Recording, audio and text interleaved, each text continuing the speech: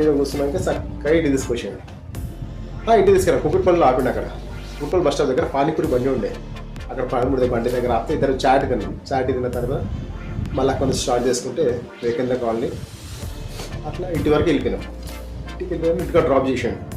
నేను ఇంట్లోకి వెళ్ళిన తర్వాత మా అమ్మ అనేది ఏంద్రా ఈరోజు తొందరగా వచ్చినావు, బస్కి వస్తావు లేట్ అయిపోయి కదా అంటే, మమ్మీ ఇట్లా జరిగింది పొద్దున, ఇట్లా బస్సులో వెళ్తుంటే ఒక ముసలానికి ఇట్లా డబ్బులు తక్కువ అంటే నేను 2 రూపాయలు ఇచ్చిన, బస్ కండక్టర్ కూడా టికెట్ ఇచ్చేసి నేను వెళ్ళిపోయినామా, వాటిలో 2 సంవత్సరాలు ఇచ్చిందా, లంచ్ టైంలో తిన్నా, నాకు రావడానికి పైసలు లేకుండా నా దగ్గర, అప్పుడే ఇట్లా సుమన్ కలిసి నాకు డ్రాప్ చేసిందంటే అప్పుడు మా అమ్మ ఒక మాట చెప్పింది, నువ్వు ఏం ఆశించకుండా ఒక ముస్లాంకి డబ్బులు ఇచ్చినావు, అక్కడ హెల్ప్ చేసినావు కదా, నీకు అదే హెల్ప్ నీకు అనుకోకుండా ఇంకో రూపంలో నీకు హెల్ప్ అయిందిరా, మనం ఎవరికైనా హెల్ప్ చేసేటప్పుడు ఏం ఆశించుద్దిరా, అది ఏదో ఒక టైంలో అలా తిరిగి రిటర్న్గా నీ దగ్గరికి వస్తుంది అని మా అమ్మ రోజు చెప్పింది.